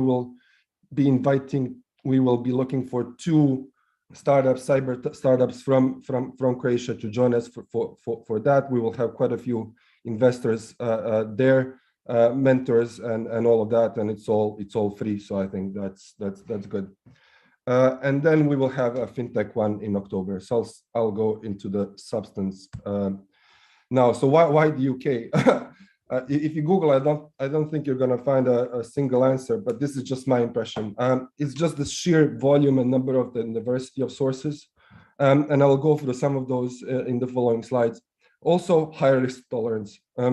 People are more willing. So aside to the VCs and all of that, which, there are people more qualified to explain sort of the risk tolerances of VCs and institutional investors. But in terms of just individuals and angels and people, regular folk, you will find that most of the people invest money into something.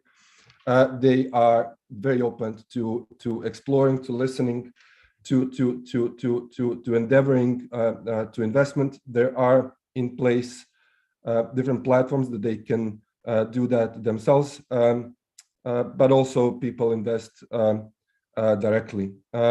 And you can feel that higher risk tolerance and the ability to take risk is definitely more pronounced here than in Croatia. But then again, some people will say in America, in the US, it's maybe even higher than that. But in the UK, it's definitely so. There's obviously some more disposable income, more people investing, which all plays a good factor into raising money. Accessibility. There are many platforms that you can reach these people through, and they're open to those conversations, as I said. Also, in terms of exit routes, UK, and you'll see that the funnel, the different levels of raising money and then exiting that investment, which is critically important to recycle your money, to recycle your funds, is very present and very diverse in the UK, and goes all the way from obviously seed and angel investment all the way up to public offerings, IPOs, and so on. So people and investors will stick with you. They will invest their pro ratas. They will amplify their investments because they know that at any point in time they can exit those investments. And that is one of the huge benefits of just having a diverse and liquid market such as the UK one. And then just the ecosystem, it's amazing. I know many of you have been in London, in UK, and elsewhere, and the ecosystem is great. It's easily accessible, and there are many ways to just tap into that whole mindset of startupping in the UK. And then incentives. Juliet mentioned R&D, tax credits, but also, I don't know, I probably tuned it too late, but why individuals invest, again, tax relief, and I'll not only because of that, but tax relief does help. So in terms of additionally, why look at the UK? Just to put some figures to my comment on the volumes. Just last year, 2021, there was 30 billion invested in venture capital funds in the UK. It's a significant number. It's actually quite a significant jump versus previous years in the UK. Let's see what happens this year. I think the macro scenery is slightly different, but I don't think it will change much. It's very resilient, and the figures are quite substantial. We're not here in competition with Germany and France and the rest of Europe, but this is just to give you an understanding of if you decide to go somewhere, there's obviously slightly more money available in the UK. In terms of, just give me a second, something is here. Sorry. Okay. Next slide. Again, I'm not sure what the unicorns are, whether unicorns are a good measure of anything, but they are a measure of valuation and backing and availability and possibility to scale. So just to give you an idea of what we're talking about, there have been 136 unicorns in the UK up to date. 115 of those are active, and by active, I'm not saying the other ones have gone away and died. They've actually IPOs are no longer private, which is definition. There's also 136 potential future unicorns. So just looking at the trajectory of their growth can be expected to become a unicorn soon. Most of that is in London, but you'll see Cambridge there as well. And just in the last year, alongside with that, obviously plays with well with the note on the VC investment. There's been 29 new ones in the UK. The overall value of UK tech companies is 540 billion. In terms of what's relevant for you, what I think should be relevant, there's a lot of investment going into early stage. That's, let's say, sub 4 million or sub 3 million. And I think that's critically important if you're looking at how to, whether there's the cost benefit of just exploring the market and going there. So most of the money, most of the funds, and this is not only VC, this is other sources of funding, goes to early stage. Good thing to note is that fintechs do take up quite a healthy chunk of that, 20%. Also in the recent years, I'll tell you, I mean, in the recent last year and the year before that, a lot of is going under the fintech cap, is going to crypto, to DeFi, to anything fungible and non-fungible. That gets funding on the basis of a pitch deck written on a napkin. But it's good to note that it's 20% there, but also in terms of sectors, I'd say it's edutech, it's health tech, it's clean tech, anything that falls under the sustainability narrative flies well. But then again, anything and everything that has a good story and a healthy business model will do well. In terms of just, I clustered the sources here. In terms of just people, individuals, whether investing directly or through platforms, you're looking at individuals, you're looking at angels. The difference between individuals and angels is the following: angels gave themselves that tag purely by definition of the Angel Association. It's people that have invested in more than one. But this is quite loose, and you'll see a lot of individuals that invest money without calling themselves angels. People simply with disposable income or interest in a specific sector. Then you'll see that there's quite a few intermediaries. These are people, I call them brokers, that carry their own networks of individuals, and they will help you. Then they can help you access those networks. It comes at a cost though, and I'll explain that. You have crowdfunding as well, which I think is great. I personally love it. Then you have ultra high net worth individuals, and my acronym here is wrong. It's ultra high net worth individuals, so UHNWI, and family offices. These are single family offices and multifamily offices who are very keen on venture investing, especially in these recent years. Then you have quite a few accelerators, incubators. Some offer money, some don't.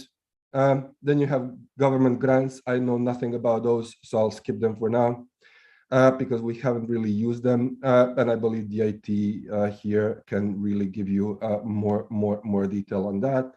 Then you have VC funds, corporate VC. These are corporate VCs are venture capital arms within large corporates. Google has one, quite a few different ones. They will invest as well. Then you have private markets, which are over-the-counter institutional markets for scale-ups mostly. Public markets, which you'll know all about, and then private equity funds. But by the time you come to this size, you'll probably already have a VC somewhere on your cap. On your list of shareholders, and they can help you. They will probably know more about the options here. In terms of just an angel investment, I think that's quite interesting. And these are some figures which will help you explain, what sort of and what level of investment we're talking about. Hopefully, I don't know how big of a screen you have. Hopefully, you can see these figures. So most of them invest in seeds, in startups in the early stage. but then they will follow you later as well. But most of it is early stage.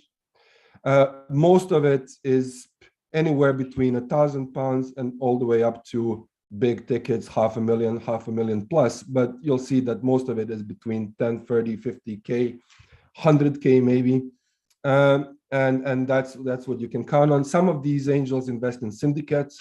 They will just pull together their funds and invest, and they'll appoint one of the angels to do the due diligence and just tag along. In terms of the size of how much money these people invest on a yearly basis, you're looking anything between 1 and 2 billion. I couldn't tell you for sure. The numbers vary. What's really, really critically important is that most of them do this while taking into account tax reliefs that exist in the space, and those are called SEIS and EIS. And why is that important? It's important because if you decide to raise money in the UK, I would urge you to look into how to get SEIS and EIS assurance. That can be done even for foreign companies, and I'll give you some flavor on that. And then, how do you find them? Google it. Genuinely, there's tons of those online, but also there's quite a few private networks, WhatsApp groups, LinkedIn groups, and then family offices events. Those are quite a few in London. You need to get invites. That can be done. Most money is in London. Some 60 to 80% is invested from London and from Southeast UK. There's quite a few pitching events. These are organized by angels. They get set up in different venues, and you get your 3-minute pitch. No guarantees who's in the audience, but sometimes there's quite a few good investors there as well.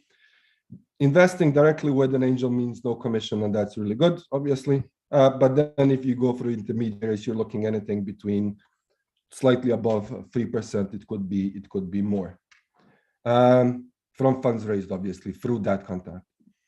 In terms of crowdfunding, I love crowdfunding. I think it's great. A lot of money goes through that. Your 2020 figures were 350 million for 433 campaigns, 283,000 people investing through CrowdCube, through crowdfunding platforms. I'd say there's more than that now by a healthy margin. Which platforms? CrowdCube and Seedrs. There's also Funderbeam, but it's within that 5% you see in gray. So CrowdCube and Seedrs are the largest ones. Seedrs is slightly larger tickets. CrowdCube is slightly smaller. And what's the sweet spot? It's mostly seed early stage businesses. This is for crowdfunding platforms and B2C. So just B2C works really well, but also B2B is obviously there. You're looking at, for crowdfunding, those are 250K plus. I've seen them going up to multiple millions, even double digits. There's some due diligence involved there as well, which is good to have in mind. So it does require some work. It does require some prep. I'd say about 2 months. It's critical that it's quite important to have SEIS and EIS assurance. It's a roll of the dice. Sometimes it's a good mix of optics and substance. So you need to look sexy. The campaign needs to look sexy, but then you'll have people, because they've been doing this a long while, you'll have people treating CrowdCube as thinking they are in Dragon's Den. So they will ask you a lot of questions. It's an all hands on deck approach. You'll get a lot of questions, but it's a good exercise as well. And it's also great for brand exposure. Let's say you're doing something retail, something B2C, anything. It's in addition to raising money, you're also exposing your brand to 300,000 people, and that's always really good at no extra cost. The actual cost of raising funds is you need some money to prep everything, and then you're looking at about 6 to 7%. Then in terms of VCs, this is a whole different ball game. But again, a lot of money available. You'll remember the slides that I showed earlier, but in terms of funds available now for investments, for that you need to look at how much they've raised from their LPs, VC, from their own investors, and that there's been 15 billion raised in just in the last 2 years. And so just saying, there's a lot of money available in the UK from VCs as well. I think there is about 400 VCs in the UK. There might be more, but I think 400 is the number, about 400, and they are all over the place. So the spectrum goes horizontally and vertically across different sectors. Some of them are generalists, some of them are specialists, and then again, they depending on the stage of investment, you have them from even investing from pre-seed to Series A plus going further down. This is just a snapshot. By the way, this is a great website. A great VC, lots of info there. Quite a few of these VCs are also SES and ES. I know I keep repeating myself, but it's quite important that you keep that in mind. Again, what do they invest in? And some wisdoms around that. Don't go out raising and approaching VCs if you're not completely ready for it. I've witnessed that myself on our own case, because once you've gone out, once you've shared and expose yourself, if it doesn't go well, it's much more difficult to go back. So make sure you're in the right place at the right time. They will ask you how big can you be. Give them billions, give them multiple billions. Find a way to give them multiple billions. They're looking for founder-led businesses mostly. Hence this meme right here. By the way, memes work really well apparently in DEX now. One thing is having a good business that's turning over money and growing organically. That's beautiful, but it's more into what's super hot and what has a promise of immense returns. Start early, find advisors, choose your targets carefully, targets in terms of VCs that you want to approach. Warm intros and show face. So come to London, speak to people once you've lined up the meetings. And then what else? You have corporate VCs, you have strategic investors. It's probably going to be companies from your industry. You have sweat capital. You have companies that will, let's say, if you need business development work, if you need marketing, if you need any part of your business operations done outsourced in a way, they will do that in return for equity. I'm not saying this is a typical way of raising money. Obviously, it's not, but it is a way to explore ways of coming to the UK without really investing immediately into that whole endeavor.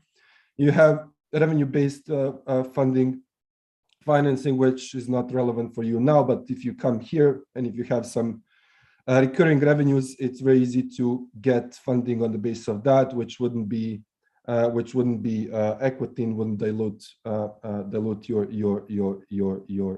your share in the company. And then you come to something to private exchanges and public markets, and these are the things that I spend most of my time on, because the fintech that I work at, we run a platform that helps you prepare to issue securities in private exchanges and in public markets like the London Stock Exchange, Aquis, and others. So that's my sort of day job. So I know quite a bit about this, and I'm mentioning these as an option, because eventually, if you do decide to raise, even if it's VC money here, you will grow with that VC. You will get more VCs. They will come in the syndicate and they will try to find ways to prepare you for an exit. That exit can be a trade sale, M&A, something like that. But it can also be a public offering, which is always a great way of sort of having that cherry on top of your success. Again, just to explain what the SEIS and EIS are, it's this tax setup where individuals, people get tax reliefs for money they invest in risky assets such as startups, and you have different types. One is for seed companies, and the other one is for enterprise level. So that a turnover up to 5 million and have been trading for under 7 years, but over 2 years, and have under 250 FTEs, 250 employees. And it's up to you. You as a company, you as a startup need to ensure that you get the SES and ES approval. And then when you go out to investors, to crowdfunding, to angels, to VCs even, they will ask you whether you have that assurance. And that is critical. And it's a completely separate topic, but it's definitely one we should tackle. It can be done even for companies which are in Croatia. Okay, got it. Done. I'm actually closed here, and I'll finish on some notes. There are people that do understand a lot about Croatia. They know about us. They have high appreciation for the brains that are coming out of this country, and you will be well recognized if you do decide to take that step. So I'll pause there. There's my contact, and I thank you for your time, and I'll take any questions if you have them. Thank you, Damir. Can we get the applause for Damir? He did prepare everything. Thank you. Any question for him? Okay, we have one question, Damir. Bear it up. Hi, Damir. Justin Barnes again. That terrible man asking questions. It's more of a comment rather than a question. So I've raised money for entrepreneurs in the UK and Croatia, and I can kind of testify to the fact that there are many more doors to knock on in the UK. The one thing I'd flag for the benefit of anybody here on the call is there's also the crowd donation aspect. So I've worked on a bunch of Kickstarter and Indiegogo campaigns. That's a very flexible format. Doesn't obviously give the benefits of the tax relief, but you can work internationally. In fact, I know a few Croatian businesses that have registered in the UK and the US and raised millions. So that is in addition to crowd equity or crowd debt. Most definitely, most certainly. There's quite a few more which I haven't covered, but Kickstarter and yeah, I would definitely agree. Really good option. Thank you for the comment, and obviously in 20 minutes you cannot cover every form of fundraising option and investment. Any other question? Now you got the Damir email, and please contact him. He will help you with everything you need to set up regarding investment and fundraising opportunity in UK. Thank you, Damir, once again for being with us. And cheers. Thanks okay. To close up, I will ask a few of our guests, and it's going to be a short round table. You already met and hear Mr. Adam. Can you please join us, Ambassador, Mr. Simon Jenan, lawyer from Tris Group. He's operating there, and of course, Georg Christina from UK Trade Department. Gora Christina, sorry, I didn't take my notes with me. Yeah, it's a lot of happening here, hybrid and everything. So this is, I don't know, after 2 years, or you already ran round tables before, or this is going to be the first one? Well, it's the first one here, but that's everyone is slightly different, isn't it? How long do we have? 15 to 20 minutes. Okay. I will just get another mic. That's great. First, but why not to maybe to Jenan? So look, as you say, the purpose of this is partly to kind of close up. We've had a lot of information, lots of really useful stuff this morning. I've been learning lots, and I'm sure everyone watching has as well. I'm going to kind of kick off with a bit of conversation, but I also want to make sure that people who are here have an opportunity as well to ask questions that maybe they've been reflecting on since the sessions. And what a great panel to have to pose those questions to. But perhaps if I just kind of kick off, and I'll look to you, Jenna, first of all, just to say a little bit about your company and why you decided to set up in the UK. That would be really helpful. Thank you, Simon. Is this on? Okay. Okay, no problem. Thank you. Okay, so I represent a company called TIS. We are present here since 1989 here in Croatia, and mostly we've been recognized by our projects and our products in payment industry, so in finance, and it's been like that since then. 11 years ago, we saw a need also to expand, and actually why we expanded to UK is because there was an obvious business need. We are partners of one American company, Sterling Commerce. That company was owned by AT&T. It had really strict rules about how to engage with them. And we were at the time their partner of choice for this region. But we were not, it was very difficult for us to develop that services based on that in other parts of the world. Then the IBM has acquired that company and it became open. So there was a need for that. And since we had a lot of experience in finance industry, and since UK is still the banking center of the world, fintech center of the world, then we decided to invest in UK. We have established a company. We've went through all what we've seen today, all these hurdles, and we overcome all these obstacles, and we've used a lot of these also good things. And since then, what happened since then? So since we started immediately working with the large enterprise companies and the banks. We have delivered numerous projects in 6 out of 10 biggest UK banks, in numerous fintechs. So a lot of experience from our projects here and from this region. We brought it to UK, and then we learned a lot in UK, and then also brought it to the market here.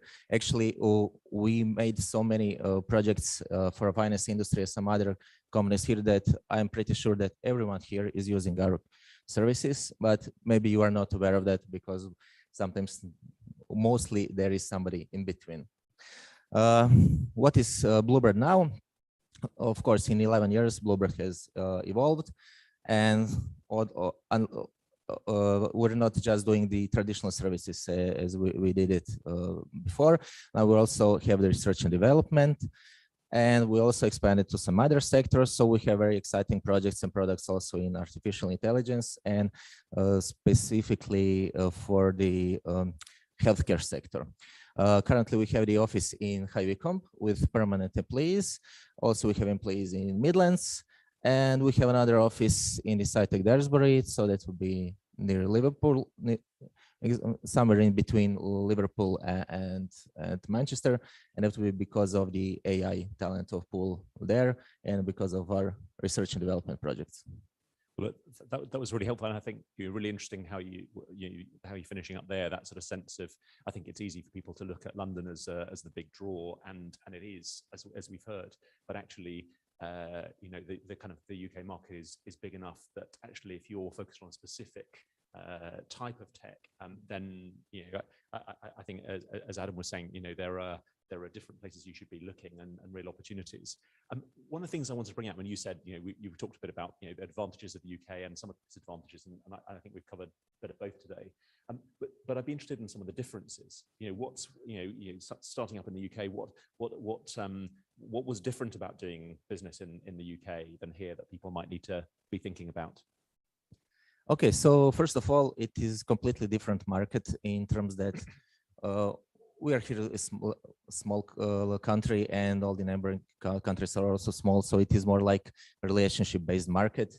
And when you are working on something usually companies go, let's say, very wide with technologies, but maybe sometimes shallow. So usually follow the customers and the customer's needs, and the customer says, I'm going to switch technology, then you start learning new technology and continue to work on the same projects.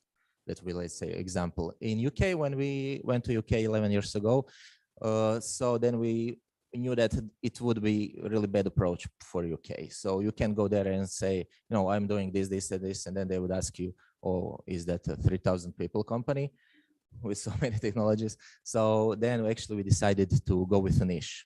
So that was niche where we knew that we had really, really strong references. So we came there with references of setting up a payment system in Croatia that every bank in Croatia and Slovenia is part of. So the central node is using it. So it was really powerful. And we had also a lot of references, like, driving the countries to change the currency. Like in Slovenia, we helped the largest bank to adopt euro. We're also doing that now here in Croatia. A lot of banks are our customers also, based on that experience. So the difference, that first difference would be to go with the niche, not to go very broad. Then the other thing would be that things could go much faster in UK, and you also have to respond very, very quickly. So opportunities are generated very, very quickly, but also it's very, very important to understand that also they can fail fast, and it's a good thing. So, okay, if something is not taking you anywhere, okay, just next one, please. And that's it. Sales cycle also can be pretty long sometimes in UK, but it would probably depend on the size of the company. And also the mentality of the people is different. So we've tried also sending, let's say, employing salespeople here and then sending them to UK because they wanted to live there, but it's not the same. So maybe you are not so eloquent, or maybe there are some differences. There are some differences in the way we communicate, how we do things. So it was always better for us to have the sales as English voice, English face, and being there. And of course, since it is very expensive thing to do, so you really have to constantly evaluate what is your goal and why you are doing something and what you want to achieve. That's really helpful, and I think you picked a number of kind of areas just to kind of explore a bit further, but particularly this kind of question of the differences, the cultures, and things like that. And if you're dealing with, I mean, perhaps turning to you, I mean, thinking about, I mean, whether it's as simple as kind of do's and don'ts, things that if you're working with a UK partner, you really need to be thinking about, do definitely do this, but really stay away from this. Any top tips? Yeah, definitely. And I've got to echo the sentiment here is, in the UK, it's very much, opportunities do arise very quickly, and you've got to be able to react very quickly. So you do have to have that flexibility in your approach. But what we do find with the UK, and although they're very sort of open to adopting new technologies, the sales process is still a little bit old school. So when we need to sort of, and when we're looking at different technologies, it may be the responsibility of a number of people within different departments that don't necessarily interact that well within that department. So you do have to be able to, one, identify that persona, but then be able to bring those people together. But react in a way that, you've got to follow the processes. They are very sort of process driven. They want to sort of see the old school sales processes. So you can't go in with sort of a bit more of a lackadaisy approach. And with tech, it's very much, nobody really wears suits anymore. It's very sort of laid back, but you've got to keep that sort of professionalism about it. So yeah, go in with the right attitude, but make sure we do following the right steps.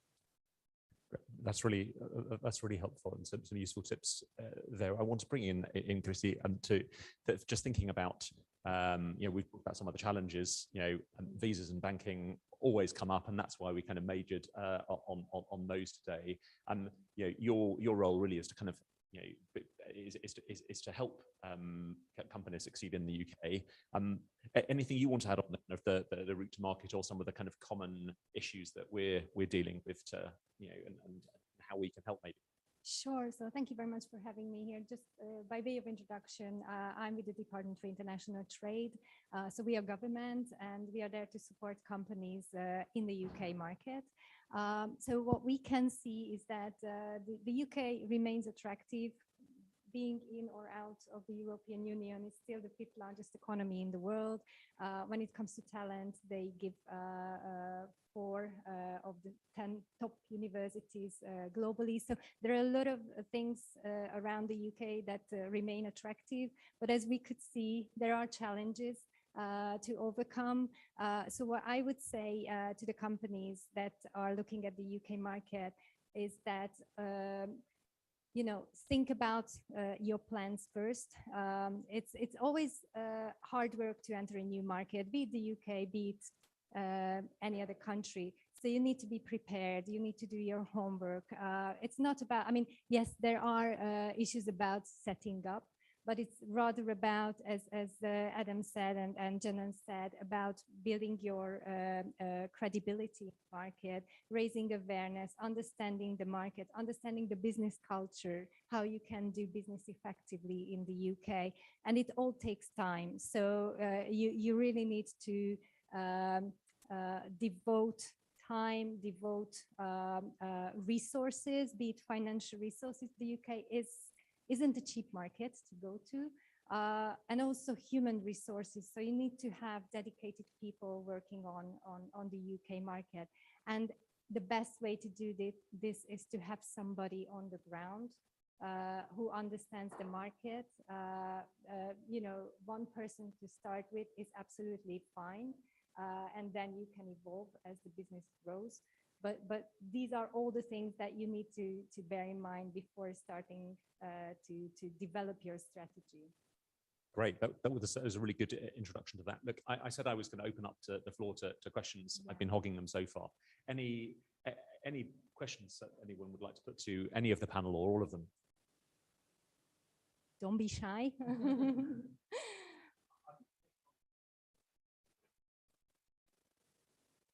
On. So Adam and I hail from a very similar part of the UK, the Midlands, so we share a common tongue. I've had a number of projects over the years working with Croatian entrepreneurs to set up in the UK. The little known facts, which perhaps is people are prejudiced by their own rail infrastructure, is just how easy it is to get from Birmingham to London, Liverpool to London. So there are many examples that I've been with clients and we've traveled from Liverpool to London, had an important meeting and gone back. And in the UK, that sort of distance, in Croatia, that sort of distance would be prohibitive. So you really can have a very broad net of operations and still interact with the capital. Thanks, that's really helpful. Any other questions? I'm conscious we've also got some people online as well. If people want to something in the chat there, I'm sure I'm looking at our tech guys to kind of check that as possible, but do put questions in the chat if you've got them. In the meantime, may I just suggest that you have a look at our website. I'm very happy to share the link with you because it gives detailed information on the UK as a market.